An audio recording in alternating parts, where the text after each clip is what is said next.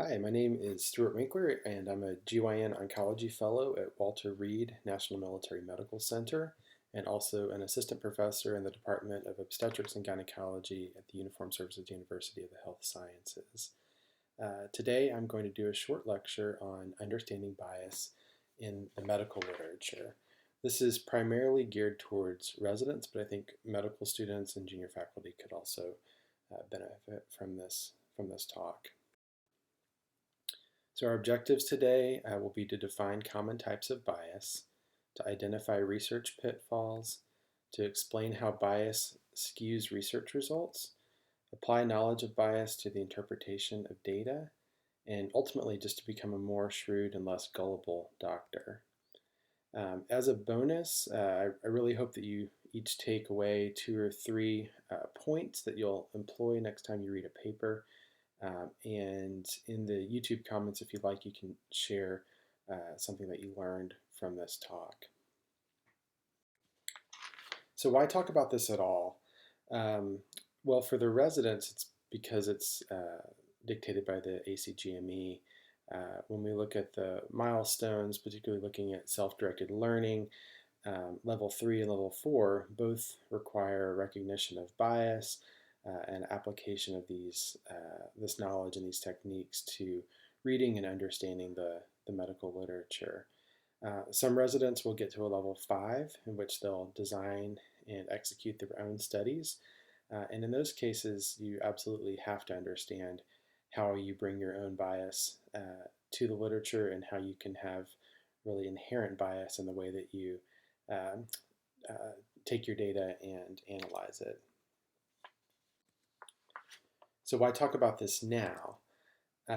So it may not feel like it for you residents, but you won't always be a resident. Almost on day 1, you'll be put in charge of something, probably something like a blood utilization committee or something like that nobody else wants to do. You'll have advanced practice nurses, RNs, medical service corps officers, QI program coordinators, JAGs, commanders, all doing their best to try to make medicine work.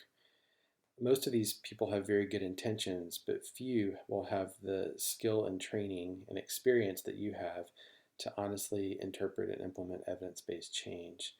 I think a lot of people will think that they know, but really it's a problem of not knowing. And ultimately, it's your responsibility as a physician and a physician leader to know these things.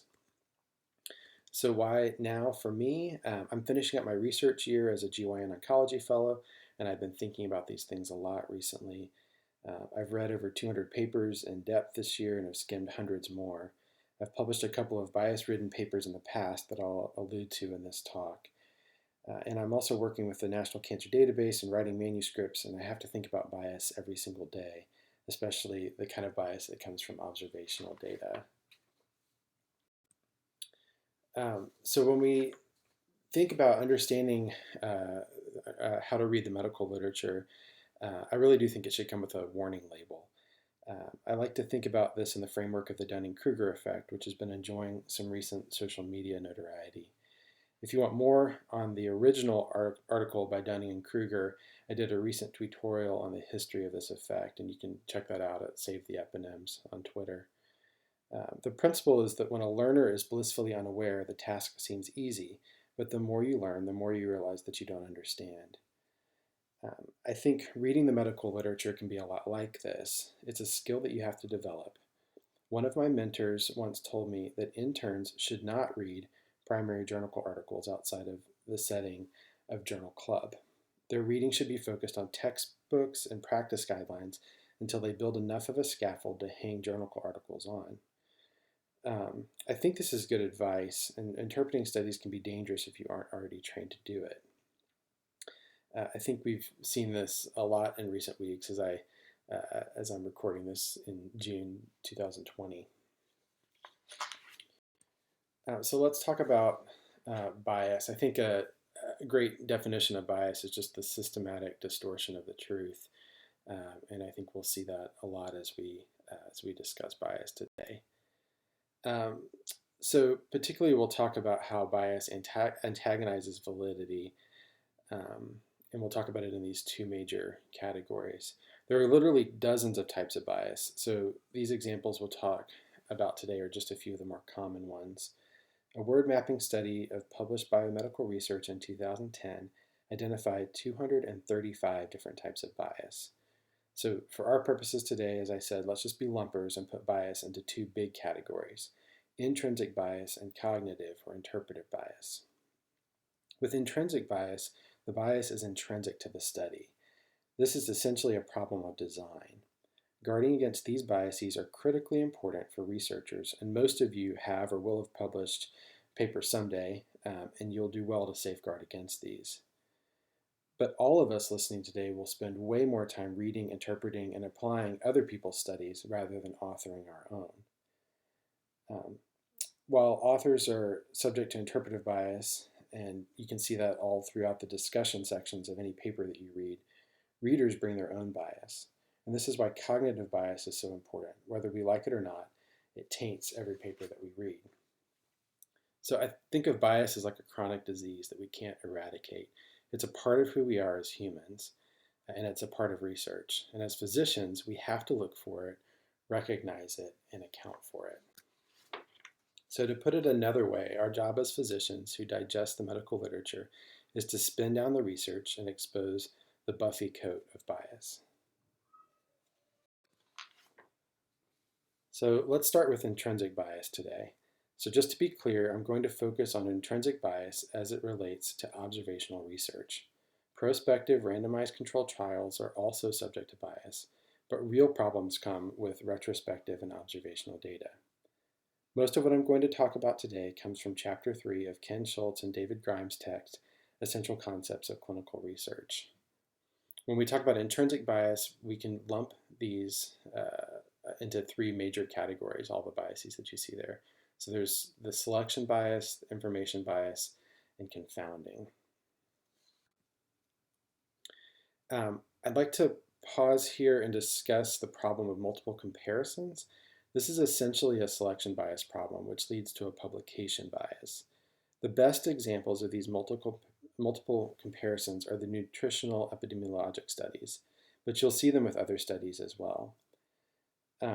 Often researchers use large data sets like NHANES or something like that with hundreds of variables. Essentially, you look at a hot topic, say coffee, and a hot outcome like endometrial cancer, and you adjust for a few of the variables that you find most relevant. Another researcher may look at the same cause and effect but adjust some different variables. If either of you generate positive results, you'll publish it, and if you don't, you won't publish it, which essentially is a publication bias. So someone had the bright idea to simulate dozens of these studies and look at the variation in effect when you control for different factors. Then they repeated this for several other causes and so-called effects. The result, which they call the vibration of effect, demonstrates that by manipulating the variables within standard accepted parameters, they were able to achieve significance in multiple simulations.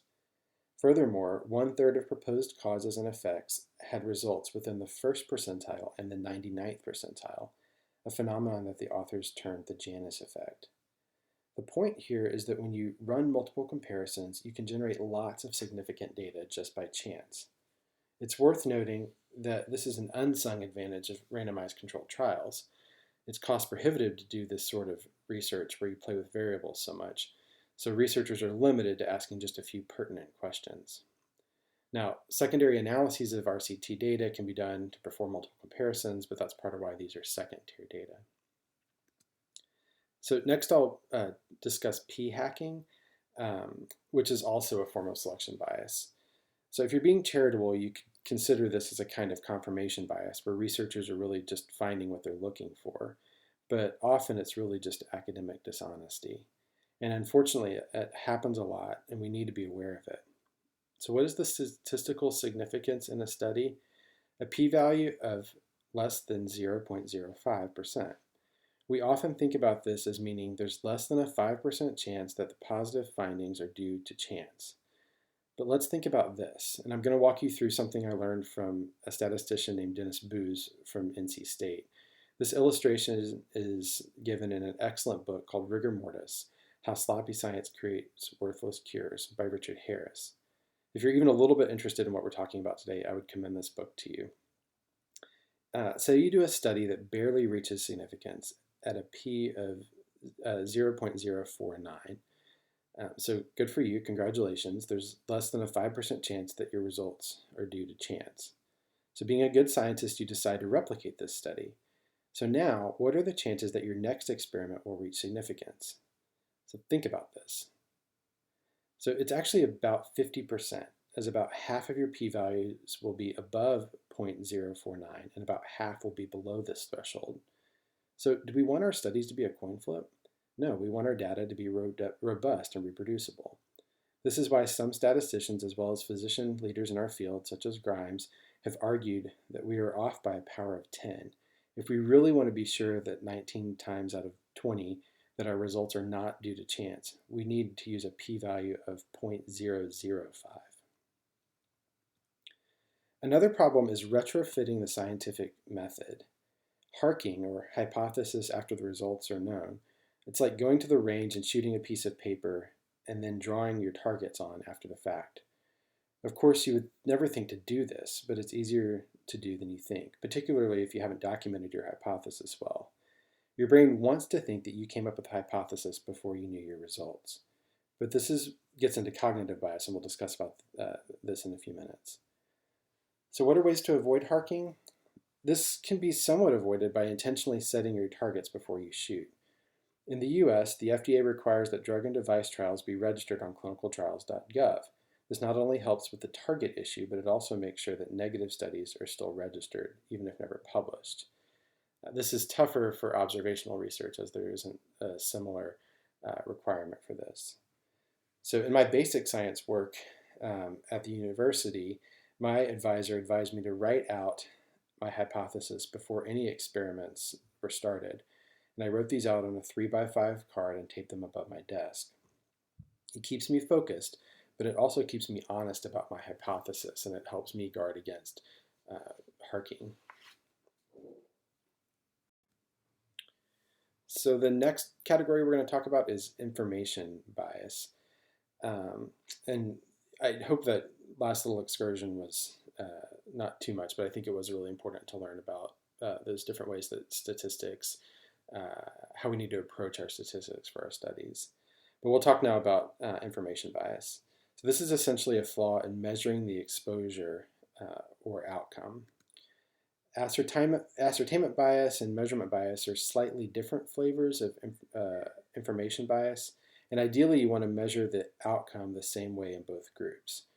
For instance, back to blood pressure, if you're studying a blood pressure variation in women with preeclampsia, measurement bias could creep in if you measure your outpatients in the clinic with a manual cuff, but measure your inpatients with an unsupervised automatic cuff.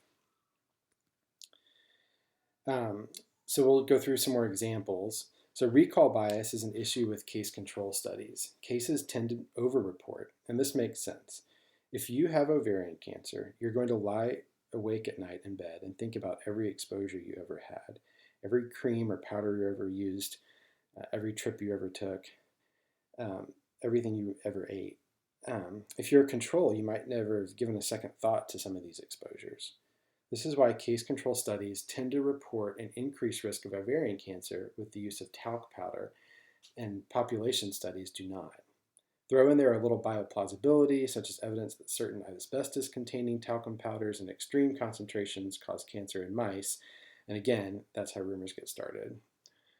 One of my favorite people to follow on Twitter is Vinny Prasad, who's a medical oncologist in Oregon, and one of his favorite hashtags to add to basic science research is kind of hashtag in rats. And it's true. I think a lot of times we'll see some sort of a sensational thing that we find, and then in the medical literature, and then it won't be emphasized enough that it was done in rats and not in humans. So a little bit of an aside, but. Next, we'll talk a little bit about observer bias. And this is one I have to deal with acutely this year. For my thesis, I had to review a lot of uterine pathology. By the time I reviewed my 100th case, I was a lot better at describing the pathology compared to my first case. I picked up on details and I made associations. I tried to work against my growing expertise bias by randomizing the order in which I reviewed my specimens. Also, part of my work is characterizing bizarre nuclei, and I developed a hypothesis as to their etiology, but this implicitly biased me towards confirmation of my hypothesis as an observer. So I had to find a pathologist who knew nothing about my hypothesis to independently review my samples. There are tons of these, but the final type of information bias I'll highlight is misclassification. So just a quick reminder, misclassification, or just to clarify, misclassification bias is interesting because it can either magnify or blunt the effect. So we've already talked a little about the differential type with blood pressure and preeclampsia. But when you think about surveys, misclassification could occur if you're studying dietary habits in an area with a significant Hispanic population, but only provide surveys in English. That would skew the results in one direction, so it would be a differential misclassification bias. Now, say you'd fix the misclassification error by providing bilingual surveys, but your questions were just confusing and bad. Both groups couldn't understand the questions, no matter the language. That would lead to a non-differential misclassification, and this noise would actually tend to obscure real differences and blunt your effects. So we'll now talk about confounding, which is the last of the intrinsic biases we'll discuss today, or the last big category. Confounding is an insidious, prevalent factor that haunts observational data. It's a blurring of effects that prevents us from being able to infer cause and effect. So let's go through an example of this. And there's a great example of this in the OBGYN literature. So IUDs were nearly a casualty of confounding. A flurry of papers in the mid-80s, including 2 in the New England Journal of Medicine, reported a 2-fold increase in the risk of tubal infertility with IUD use. Again, some bioplausibility conjecture about vague inflammation was accepted as dogma, and the copper IUD was pulled off the market. After 20 years, when chlamydia serology tests became widely available, the case control study was repeated and controlled for chlamydia exposure. When adjusting for this confounder, there was no association between the IUD and infertility, and the device was absolved. But in those intervening years, millions of women were deprived of the most effective form of birth control due to this insidious confounding. So this graph below is what's called a directed acyclic graph, or a DAG, and it can be helpful in identifying confounders. They are directed because one thing causes another, and they're acyclic because there's no feedback loop. I encourage you to draw one the next time you read a retrospective study. So we recognize confounding, but now what can we do about it? So actually there's a few things, and this of course is the primary reason that we randomize patients in a prospective trial, but again today we're focusing on observational research. So one thing we can do is we can restrict our inclusion criteria. Recently I did a project looking at lymphadenectomy of clinically negative nodes in advanced ovarian cancer. The decision to perform a lymphadenectomy is a complex decision. We reduce the risk of confounding by other medical conditions by simply excluding patients with comorbidities. However, as you would expect, this comes as a trade-off of reducing generalizability. To use the smoking example, if smoking is a confounder, you could just study only non-smokers, but again, generalizing the data that you find in non-smokers to smokers may not be possible. So we could match our patients in a case control study. For instance, we could pair smokers with smokers to reduce the effect from smoking on our outcome. Stratification is a little more complex, but simply put, you could include the potential confounder and adjust for its estimated effect in the analysis. This is best for examining a small number of variables.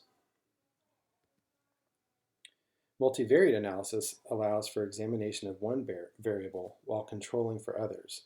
This can be used with a proportional hazards approach to evaluate survival. This is obviously an extremely common approach. We see it all the time used in papers.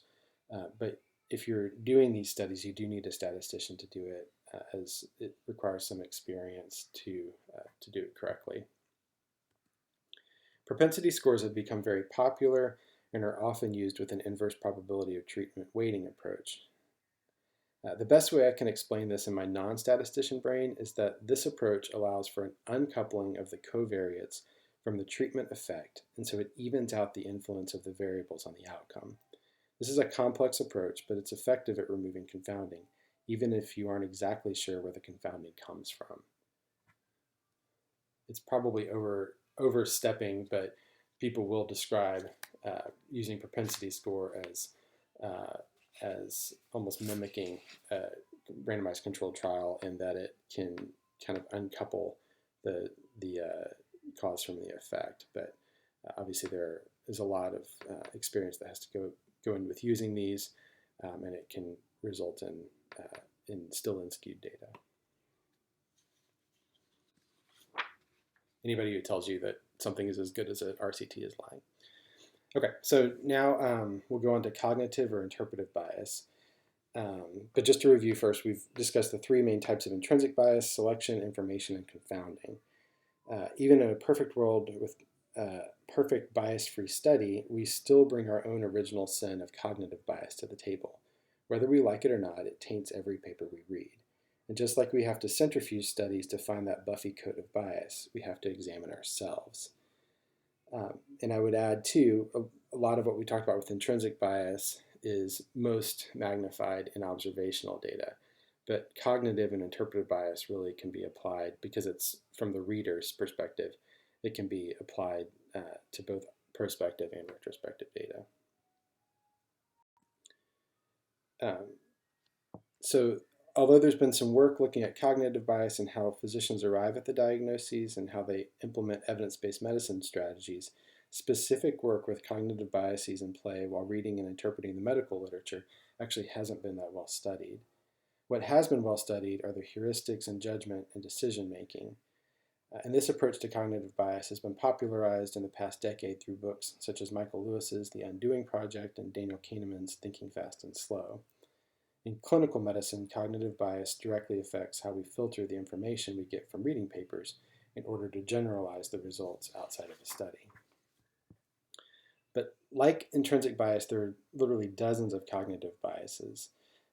I've chosen a few that I think are more important to look out for when reading the medical literature, and we'll discuss those now. The first is confirmation bias. This is the tendency we all have to look for supporting evidence for our a priori beliefs. A much more sound approach is to be honest about your prior beliefs and look for the evidence to counter it. A good example of this is the induction of labor. If you are a fully bulb oxytocin believer, you can find studies to support your beliefs. Likewise, if you're a fully bulb misoprostol person, you can find evidence for that too. Yes, you can consult the Cochrane Review and grade the evidence, but unless you're really deliberate about it, your tendency will be to believe the trials that you agree with, and you'll be more likely to find flaws in the ones you disagree with. And this is just human nature, and we need to be aware of it. Anchoring is similar. It describes the tendency to lock in on a specific belief and the unwillingness to modify the beliefs based on new data. This has been well studied with clinical reasoning in regards to making diagnoses, but it applies to reading the medical literature as well. As a researcher, I think you have to watch out for this one when you're doing a hypothesis-based research. I mentioned earlier that part of my research this year was on the etiology of characteristic features of leiomyoma with bizarre nuclei. I have a strongly held belief as to what this is, and I'm anchored to it. I've also put a lot of time and work into the problem, so I'm invested. This absolutely affects the way I read and process research that others have done into this problem, and if I'm going to be a good doctor, I have to be cognizant of this. Search satisfying is a particularly convicting one for me, and I hope it is for you as well. Again, it's another flavor of confirmation bias. In this case, you have a clinical question that often needs a quick answer. And when searching for the answer, search satisfying describes a tendency to stop looking once we find what we want. Recency bias results from our natural tendency to remember things that we've learned or experienced most recently. To combat this, we have to remember that more accessible information in our minds isn't necessarily better, and we have to be intentional about not placing too much weight on data that we've recently seen. By the way, recency bias is why I encouraged you to write down your takeaways as we go throughout the lecture. If you haven't been doing this, your takeaways will likely come from one of these upcoming slides. Authority bias or expertise fallacy is a big one in medicine, and I think we all fall victim to this. It's the tendency to believe studies done by well-respected experts over and above what we would for an anonymous author. Like most embedded biases, it's the kernel of truth that makes this one so hard to let go of. It is true that often experienced, respected, well-known researchers are the experts in the field. But it's equally true that often these researchers have invested decades of their lives into studying concepts that might have become obsolete even though they are anchored to them. These experts hold esteemed positions in academia and on professional societies. They write textbooks, but often the bigger the research accomplishments, the bigger the anchors. To give an example, we've known for a long time that magnesium is ineffective as a tocolytic, but this was a sacred cow in obstetrics for a long time. The giants of the field had strong beliefs, and despite the best evidence, this delayed the changing guidelines. I think, particularly for graduating chiefs, I would just really encourage you over the next year to check yourself every time you explain your clinical decision making with the phrase, well, that's the way I was trained. It might be right, it probably is right, but again, it isn't a reason in and of itself, and it goes back to authority bias. There's an extension of authority bias which has been described as journal prestige.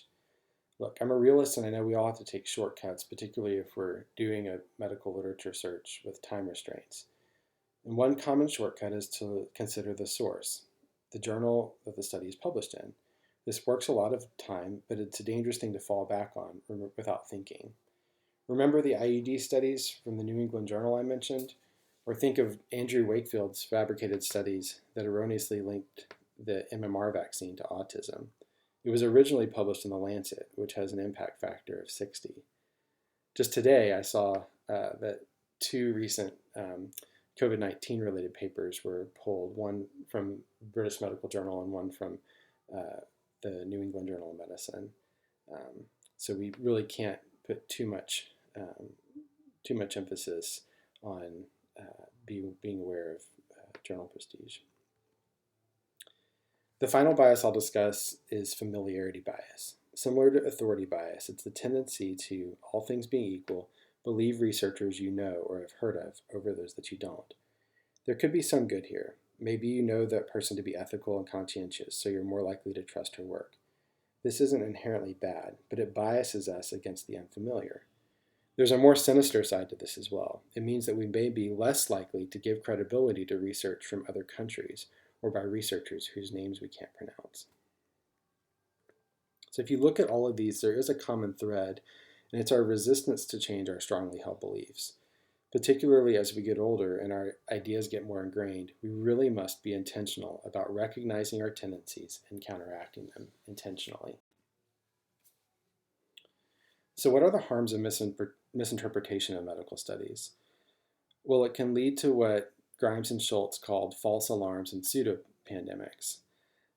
Heavily biased articles that are non-critically digested can lead to unfounded concerns. Maybe it was an over-reliance on surrogate endpoints. Maybe too much stock was put in the bioplausibility of a treatment without doing the proper testing. Regardless, this results in decreased physician credibility when the treatment or associations are discredited. And this leads to a concept that Adam Sifu and Vinny Prasad referred to as medical reversal, where unfounded claims that were once dogma are slowly replaced, hopefully but not always, by better data. But in turn, this process leads to further discrediting of physicians. In Gyn-Onc, the recent Lion trial and Announce trials provide salient examples of medical reversal. And so I'll tell briefly the story of the Announce trial. Based on promising phase 1b/2 data, olaratumab, I can never pronounce that, olaratumab was approved in 2016 by the FDA for the treatment of sarcoma, including leiomyosarcoma. Given the grave prognosis for these patients, there was a tremendous excitement about the possibilities of this drug. I won't go into the clinical trial design, but just know that the early phase trial was open label, so it was unblinded, and did not contain a placebo arm, which is appropriate for an early trial that's designed to show some activity of the drug, but is insufficient to compare to the standard of care. But based on this trial, which had a lot of confounding, even wider approval was granted worldwide, and there was a lot of hot new thing bias going around. A bias we didn't talk about today, but is pretty self-explanatory. The phase 3 announced trial was performed and showed no differences in overall survival between the total soft tissue population, sarcoma population, or in the LMS subpopulation given the drug. The drug was removed from the market. In one sense, the FDA conditional approval process worked, but in another sense, this has become a modern-day cautionary tale regarding the harms of misinterpretation of data. Okay, so what can you do? First, ask some critical questions every time you read a paper. Think about the intrinsic biases we've discussed. Is selection bias present? Are participants in exposed or unexposed groups similar in all other ways? Is information bias present? Is information about the outcome gathered in the same way for both cases and controls, or unexposed and exposed? Is confounding present? And then finally, what are my own cognitive biases that I'm carrying? And I think this is the one we have to pause the longest about. So what else? If possible, we should avoid changing our practices based on observational data. Absolutely be skeptical of observational data. It can give us good information, it's hypothesis generating, but in the vast majority of cases, it should not be practice changing. If you must use observational data, only accept strong associations.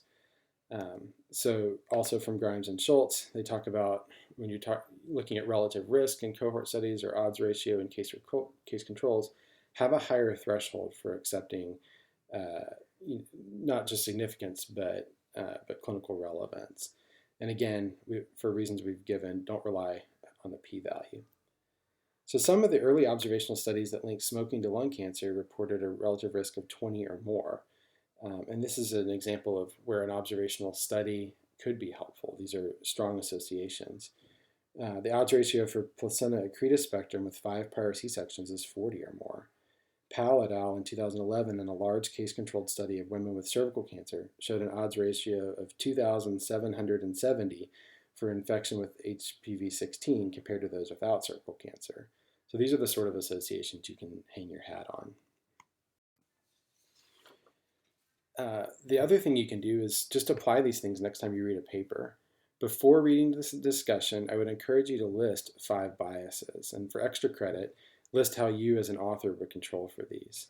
If you need a list of biases, there's a great one at catalogofbiases.org. This was created based on a call by David Sackett, who's really one of the fathers of evidence-based medicine, and is a great resource. Here's an example of one that I did recently looking at the Lion trial. So this was a randomized controlled trial, so had much less bias than what you would expect in an observational study. But this literally took me about 3 minutes to put together. Even in an excellent practice-changing study like the Lion trial, there's quite a bit of bias. So just to review our objectives, hopefully today you've been able to identify common types of bias and identify the research pitfalls, and hopefully you can explain how bias skews research results. You can apply the knowledge of bias to interpretation of data, and ultimately, as I said before, I really hope that each of you is a little bit more shrewd and a little bit less gullible as a doctor. And be a leader in your field. And if you encounter physicians or other health professionals who are using data incorrectly, gently call them out on it, because it really is important that we safeguard these things. So again, don't be afraid to shake things up a little bit and expose that buffy coat of bias. I have several resources. Howardisms is an excellent resource that I would commend to all of you, put together by one of my mentors from medical school. The Grimes article that I referenced a lot was false alarms and pseudo epidemics, as well as the book chapter I mentioned in the talk. and then a few books down at the bottom there for you guys if you're more interested in these sort of things. So.